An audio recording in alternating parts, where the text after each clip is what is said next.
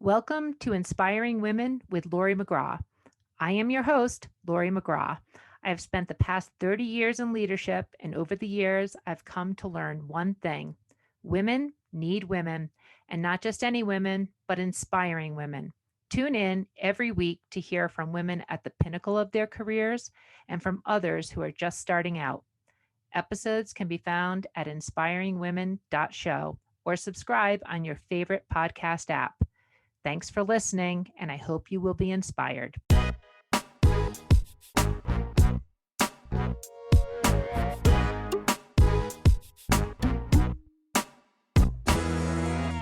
Welcome to another episode of Inspiring Women. And today we're speaking with Amy Christensen, and I am so pleased that she's here today. Amy's a partner and a founding member of the Vistria Group, which is a Chicago-based middle market private equity firm. They invest in healthcare, education, financial services company. Now, Amy is responsible for the healthcare portfolio. So she works the deals, finds the companies, and does every aspect of that. She's on the boards of several companies, including Behavioral Health Group, Supplemental Health Care, Chiro One Wellness Centers, and has been on the boards of other companies that she's invested in. Amy has experience in other investment firms. She has experience as a consultant, her MBA from Chicago Booth Business School, as well as from Northwestern. And Amy, thank you so much for joining us today. Well, thank you for having me. I love what you're doing, and I've really enjoyed listening to the interviews you've had so far, so I'm excited to be here. Well, you are yet one more inspiring woman, and I am really excited about having this conversation. But let's just get started. What are you focused on right now? What do you do day to day? Well, as you said, I'm one of the partners on our healthcare team at Vistria, and so I focus exclusively on investments into healthcare services companies. And I've been recently spending a lot of time with companies that are in the behavioral health space as well as the women's health space. So really big, broad sectors of the healthcare ecosystem, which have just a lot of interesting trends and trajectories. So that's where I spend a lot of my time.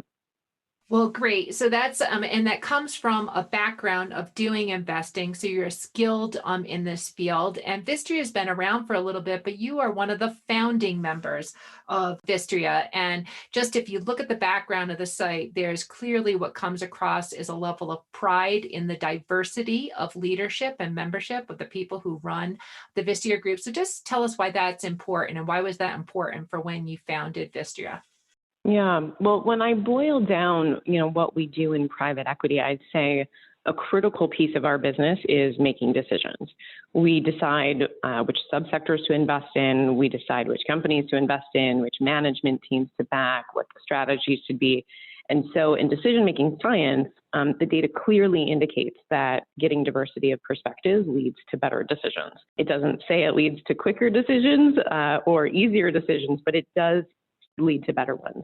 So our belief has always been that if we bring smart people to the table who bring their unique set of background and expertise, we should have a higher probability of being really good at investing. And that just makes sense to us.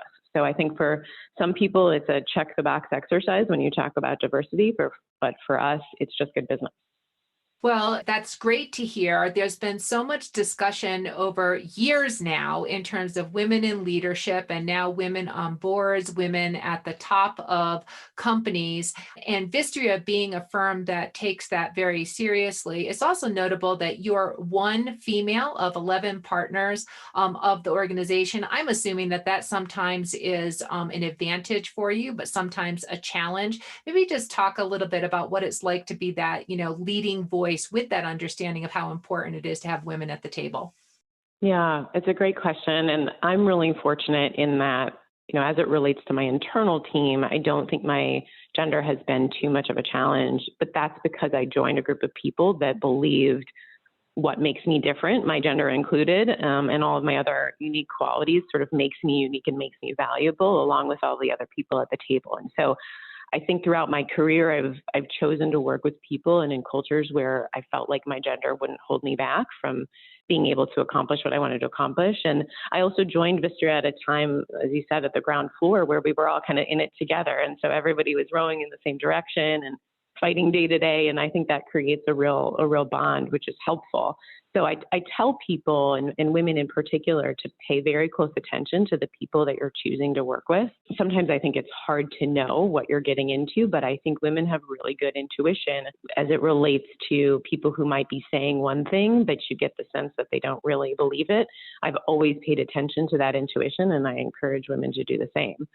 Now, that said, external to my firm, I'm also usually the only woman in a room, or one of very few women in a room.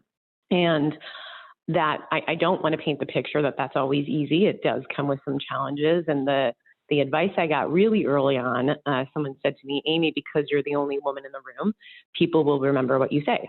So if you say something smart, they'll remember it. And if you say something stupid, they'll remember it. So you better make sure you say something smart. Now, I think that advice was probably overkill to some extent, but it caused me to think really hard about what I was going to say in a meeting. It made me prepare, and probably in some cases over-prepare for meetings. And I think the effect that had was that when I went into a room, I often had an informed opinion when I spoke. I was more concise because I had thought about what I was going to say before I said it, versus kind of rambling off the cuff. And it gave me a lot of confidence in what I was going to say, which I think was just a really nice byproduct of the preparation. So we all know kind of what you say and how you say it goes hand in hand. And so I think that piece of advice that I had early on was important. And I do think as a woman, you've got to be thoughtful about what it is you say and how you say it. Well, I also appreciate you drawing out that there's a lot of pressure that comes with that. So the extra preparation, which gives you the confidence, is excellent, but also feeling a bit of pressure of being a one of few or a one of one just adds to the need to do those extra things. So those are really great advice in there, Amy. In the world of investing, as you look at companies, I'm sure certain the investment markets are very frothy right now. How do you look at companies? How do you look at their management teams? How do you look at the diversity across the boards? And what advice do you give companies? Do you rule out companies because of what you see? How do you think about that? Yeah, it's a great question. And I think we've been really fortunate to invest behind companies where we have shared values and similar cultures. That's really important to us. And I think the great companies that we invest behind, they understand that diversity is important. They understand it's a competitive advantage. They understand that they need to be thinking that way in order to sort of recruit and retain the best and the brightest. And when we're talking about healthcare services companies in particular, if you're a healthcare provider, you know that you need to have representation of the patients that you're serving in your management team to sort of reflect their unique challenges and their unique thoughts and perspectives. So again, I think it goes back to the people who really get diversity understand that it's good for business. It's not just a check the box. And so we really look for that in the companies that we invest behind to make sure that there's a shared sense of culture and values. Well, it also seems to be changing, but not changing fast enough. I mean, the studies that are coming out are women are not making the progress that they want to be, or in terms of really, providing that business value. And I'm glad that you're underscoring that point. It's still not fast enough. So you've mentioned to me before in different conversations that you're really trying to build out your women's network, being someone who appreciates the importance of having women around the table. So can you tell us about that network building and how you're helping other women sort of get seats at the table, and why that's so important to make those connections? Yeah. So I realized probably a couple of years ago, I was putting together a board of directors for one of our portfolio companies, and a lot of the people who were coming to mind were white men. And these are fantastic men. They are smart, they are thoughtful, they are accomplished executives, and they're wonderful, but they were all men. And I had to take a hard look at my own network and say, well, that's a little bit strange. Why is my network all men? And it was because as I looked back, these fantastic men who I had gotten to know referred me to other fantastic men. And it wasn't malicious and there was no malintent. It just kind of was happenstance that those were the people they knew and those were the people they introduced me to. And so I thought, gosh, I've got to really be focused on how to expand my own network and create diversity within my own network, because I'm clearly missing the mark, and I'm clearly missing valuable insight that I could be getting. And so, I connected with you, and you connected me with Dr. Levy and other great women. And that's kind of how networking works, right? You have one great conversation with a really accomplished executive, and they refer you to another accomplished executive, and it sort of builds on itself. And so that's the mission that I've been on over the last couple of years, is just how do we continue to build that network of relationships, not only just for the boards that I'm building at Vistria and the boards that my partners are building at Vistria. We are all dedicated to this perspective, but how do you create a network of women that can talk to one another? And how can I be a connector of women to other women that might be helpful for something completely independent of Vistria or completely independent of board work, so that it's this self-fulfilling, sustainable network, in and of itself. And I do still believe, that diversity matters. I don't think just having a network of women is the answer. I think you need both men and women at that table. But there are certainly things that I've been able to talk with women about who I haven't been able to talk with men about, and vice versa. And so I think that's the beauty of creating a diverse network, is that you have many people to go to for various things and different topics and challenges that come up. Well, you're speaking to why it's important to consciously focus on building your network and to build your own personal network that has a diversity of people, influencers, et cetera. But just to get into that a little bit more, Amy, I mean, most people, it's hard, and we're in a virtual environment. So what advice do you have for people, maybe not who are as accomplished as you, but who are more at the aspiring level, trying to promote themselves in their career? How should they go about building their network? I think part of the game is just starting. Start somewhere. And I think there's a concept of saying yes. I did that really early in my career. I just said yes. If I got an invitation somewhere, if I got invited on to do a challenging project, if there was a place where I could get to know people I wouldn't otherwise get to know, I just said yes. And so it's starting somewhere. And really that's anywhere. And I think that when you start somewhere, you then get another connection and another connection and another connection. So the favorite thing that I always ask people when I'm leaving a call or leaving a meeting is, hey, do you think there's anybody else that I should be connecting with to talk about XYZ topic? And, 9 times out of 10, someone says, yeah, you really should talk to so-and-so. And so not every conversation you have is going to be, the right person for the right thing that you needed at that particular time. But what happens is over the long period of time, you end up with this network of relationships and a great resource of relationships to draw on that might not have been relevant, at the time that you were having the conversation, but may be relevant 2 years down the line. And then I'd say the last piece of advice that I got that I really try to put into effect is that networking is not about what you get out of the situation. You've got to think about networking in terms of what you can give. And as long as you're giving a lot, you're bound to get something back in return. But I don't think you can approach it as, I'm going to network with so-and-so because I want to get something. I view it much more as, how can I connect somebody with somebody else that there might be some valuable connection in there for them, but not necessarily for me. And that I've found at least, that tends to be the more successful way to build a network versus trying to think like, what am I going to get out of it?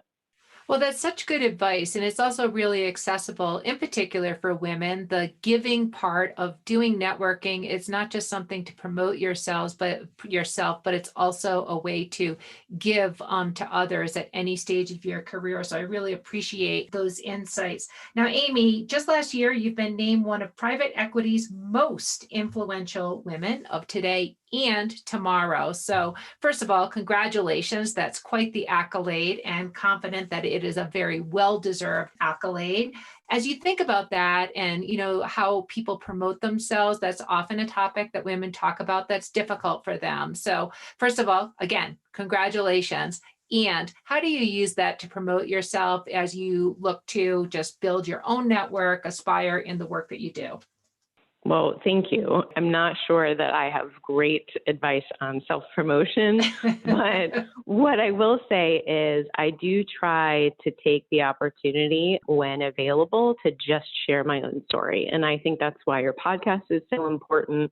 it's really important for women to see other women reflected in the conversation and reflected in a way that you can say, gosh, my background is kind of like that. If she can do it, maybe I can do it too. I think there's value, I should say, in being truthfully depicted in the world. And so I've often taken those opportunities, not because it's the most comfortable thing for me to do, but because I think it's really important. And I know when I was growing up in private equity, there were other women partners that were out there. I just didn't know about them. I never heard about them. I never saw a story written about them. And it would have meant a lot to me to see somebody who looked like me in the position that I ultimately wanted to be in, and, certainly to call them up and ask them for their advice or their perspective. So I think there's a responsibility inherent, when each of us is on our journey or gets to the place that we wanted to be. I think it's incumbent on us to sort of turn around and turn back and say, okay, well, who are the other women or who are the other people in the next generation that I can kind of pull up behind me too? And there's also a lot of women who think a lot about mentors and coaches and sponsors. And so along the way, being as successful as you are, Amy, have you had mentors that you've either sought out or are your trusted go-to sources to give you the best advice as you move forward? I've certainly had mentors, and many of my mentors have been men, and so I say that to a lot of women too. You don't need to just have a woman mentor, although it can come in handy. But I've been very fortunate to be surrounded by men who believed in me and were willing and wanting to be helpful to me. I think those relationships develop naturally and develop over time. So I can remember being a young woman and thinking like, gosh, how do I get a mentor? I wish I could sign up to some email, and get a mentor. And it unfortunately doesn't work that way. It works from building relationships with people over time. And so I think a big part of that I talk with women about is developing opportunities and creating opportunities for someone to meet with you outside of the office, outside of a work environment, and really get to know you and get to know how likable you are. Because we know that likability and competence go hand in hand when we're talking about promotion and advancing in your career. And so you absolutely have to be competent. That's table stakes. You have to know your stuff. You have to be well informed and do your job and work hard. But I think sometimes women overweight that and forget a little bit about the fact that you also have to be really likable. And in order for people to know how likable you are, you have to create those windows of opportunity to get to know people outside of work and form some of those bonds. And that can be challenging, but it's really important to do. There's so much packed in there in terms of, again, great tips, great advice, very accessible insights for other women. One thing I did want to ask you about, though, you are an expert negotiator. You've closed many deals, transactions, and the like, but women often struggle with negotiating for themselves. So what are your thoughts there? What advice might you give there? That's a unique question in that it's unique, I think, to every single circumstance you're in. And so I think regardless of the negotiation, you have to take into consideration all of the contextual factors. When I think about negotiating for yourself versus negotiating a deal, two probably different sets of advice that I might give. But I think it's important to know your worth and know what we talk a lot. If I go back to my business school days, you talk a lot about BATNA, your best alternative to a negotiated agreement. And basically what that's saying is it's getting you in a frame of mind where you kind of know what you're worth, you know what your alternatives are. And knowing that information, I think, just arms you to have a different kind of conversation. If you're having a conversation where the other person holds all the cards and you're sort of beholden to whatever it is that they're going to give you or not give you, that's just a different mental perspective than if you kind of have a good sense of what you're worth and have a good sense of what your alternatives are. Then you can kind of come to the table armed with a perspective to really ask for what you want. And I mean, I think that's the final component that we always talk about with women and negotiating, particularly for compensation, is you won't get what you don't ask for. And so you have to ask for the raise, you have to ask for the job, you have to ask for the promotion, because you're not going to get it if you don't ask. That is such great advice. I like also the BATNA in the back pocket comment that you made there. That also was terrific. Amy, this has been such a great and insightful conversation as we close out today. Any last advice you want to give to the listeners of Inspiring Women? I would say, one thing that maybe I learned early on and maybe the hard way was just the value of authenticity. I do think that it can be hard, particularly when I was growing up in the industry, I thought I needed to act like a man in order to be taken seriously or in order to be successful. And it was like wearing somebody's clothes that just didn't fit. And so I think what I found over time was how important it was for me to be authentic and to figure out what I was uniquely good at, what I enjoyed doing, and finding opportunities where I could do more of what I was good at and what I liked doing than what I wasn't good at and what I didn't like doing. So I think having the self-reflective moments of, hey, here's where my strengths are, here's what I like to do. Now, how can I go find opportunities to put that to good use? I think that will afford people a lot more opportunities to just be authentically themselves. And when you're authentic, I think you can be really effective. So that's what I tell people a lot as it relates at least to authenticity. Well, it certainly seems to be working, Amy. You have accomplished already so much in your tenure, and I have really appreciated this conversation with Amy Christensen on Inspiring Women. Amy, thank you so much. Thank you. Thank you for having me. This has been an episode of Inspiring Women with Laurie McGraw. Please subscribe, rate, and review. We are produced by Kate Cruz at Executive Podcast Solutions. More episodes can be found on inspiringwomen.show. I am Laurie McGraw, and thank you for listening.